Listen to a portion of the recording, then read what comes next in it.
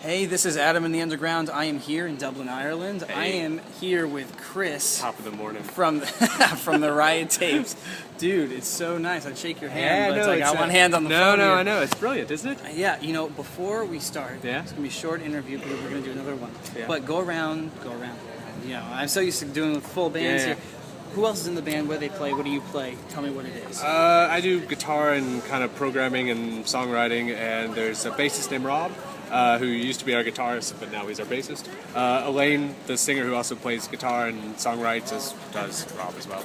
And Dave, our drummer. All right, cool. So you know what? You guys have been on my radar since, I don't know, since what, 2009, 2010? A long time ago, yep. And I've been playing your Photograph single, which is now old.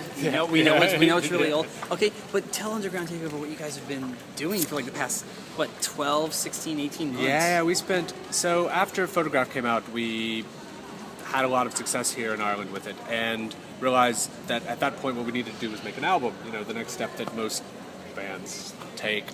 Anyway, so we spent 12 months recording it, and then another 6 months getting it mixed out in Nashville, and a year and a half later, and we're like, where the hell did all that time go?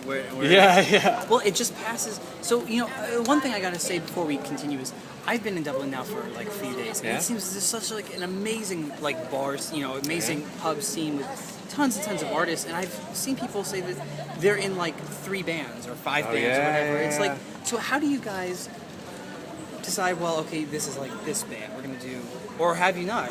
Well, no. I mean, I think that one of the things about Riot Tapes is that it's a very kind of committed project, I guess you would say, and so we are very, I don't know, we're not really jealous types, but like it takes a lot of time and effort and energy to do what we want to kind of the level that we want to do it. And so what I've found in the past, having been in that situation where you're in 3 or 4 bands at once, is that you can't really dedicate yourself to any one of them as much as I personally like to. And so, I mean, there's no like rules, but we all just put as much as we can into this one thing, and that's it. And I mean, it's not like we often joke that we would have a kind of side project where we just do covers for a laugh, and where Elaine, our singer, would actually play guitar, and Rob, just our kind bassist, of like switch it up a little bit. Rob, the bassist, would be the singer, and like, and so but that's as close as we get to any kind of side projects.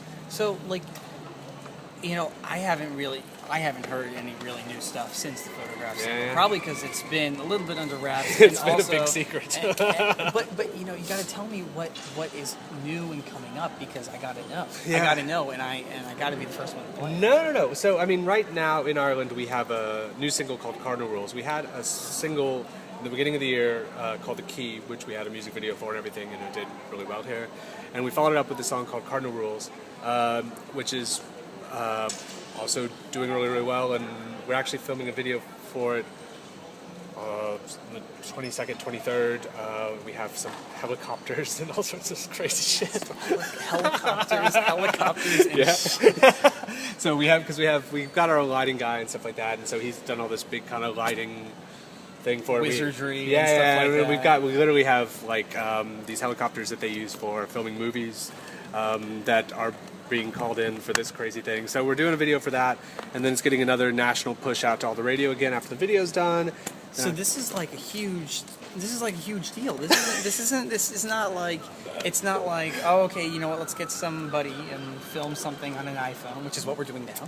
Hi iPhone. It's like a big deal. It's like you guys are really starting to step it up. Well, we're trying is what I'm seeing. Yeah, we're trying our damnedest to step it up. I mean, one of the things that has kind of, that we are changing a bit is we've been very focused on the UK kind of market for the last 6 or 8 months, and that has its own rewards, but I mean, we all live here, and so we decided to kind of, now that we have the opportunity to actually kind of redouble our focus here in Ireland as well, and do 2 things at once, I guess. So in order to do that, we need to actually kind of raise our profile even bigger. Yeah, it has to be international. Exactly right. So we're calling in all our favors and pulling out all the stops and doing all kinds of crazy shit. well, if I can get you, because I've known you guys, since really it's been like 3 years. Yeah, I don't want to even think about that. Yeah, It's making me feel old. Oh, yeah, me too. But I tell you what, I gotta hear.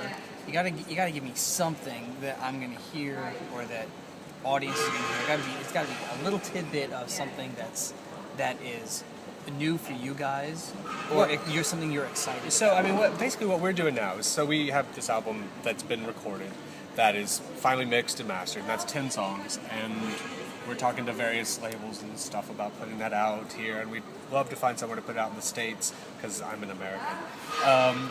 But on top of that, we have 25 songs that we're demoing and recording and stuff like that. And so, are you going to think about putting that out like as well, or maybe yeah, an I mean, like EP, it's album 2, EP 1, something like that. Plus, actually, there's this kind of music thing in the States that's putting out a compilation of stuff, and one of our songs is going to be on that. Actually, so there'll be a song in the States on vinyl in record shops in a few months. So there you go. for people who love vinyl, right? Well, yeah, I mean, there must be somebody. I like vinyl, but it was a kind of a trend there for a few weeks that vinyl was back, but it seems like it's all gone again. It was like a month, and it was like all that was sold in like Hot Topic was like vinyl records. Yeah, I know. And you saw like vinyls of like records that like came out as like digital albums. Yeah, they weren't even these bands weren't even like around. No, I know, it's ridiculous. In the 90s. It was just like a trendy thing.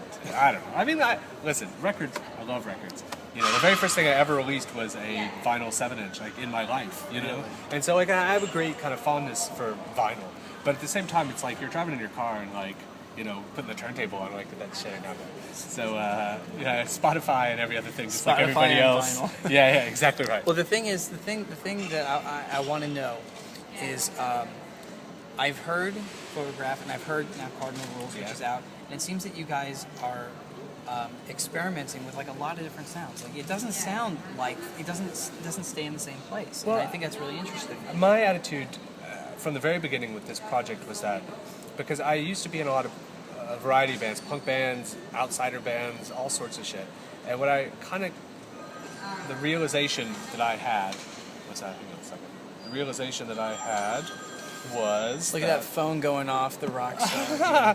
The realization that I had was that the most free way to write music is kind of counterintuitive.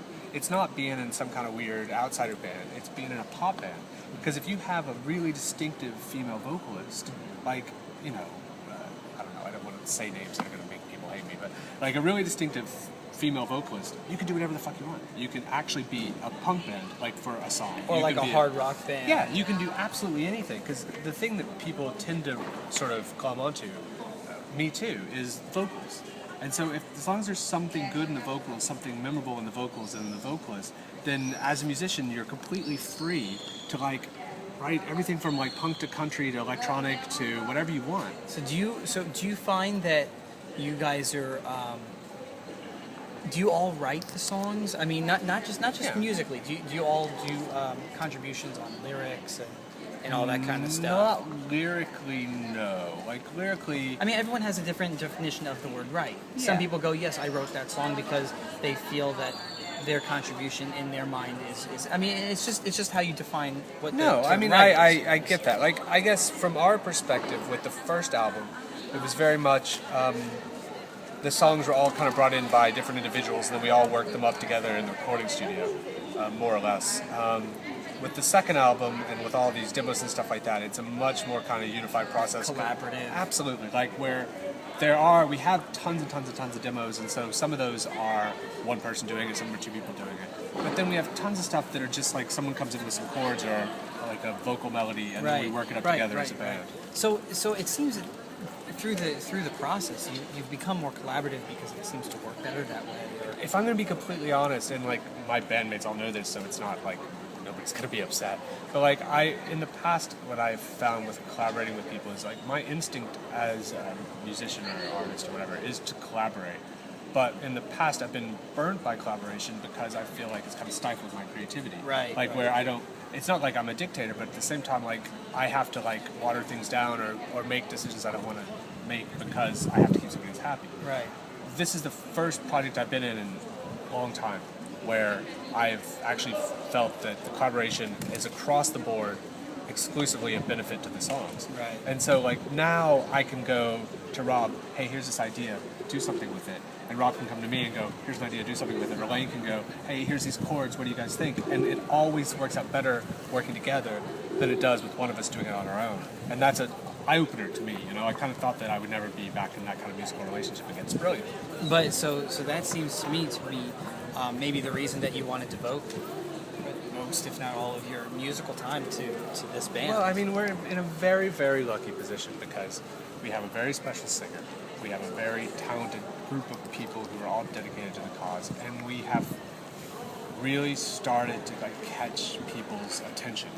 And I mean, you know, it's always frustrating. Like, and I know it sounds stupid and kind of lame, but like we often talk about, because it's being in a serious band is a very serious commitment. Yeah. And it's like a lifestyle choice almost. It's a job. It's a job. And we often talk about it like a business.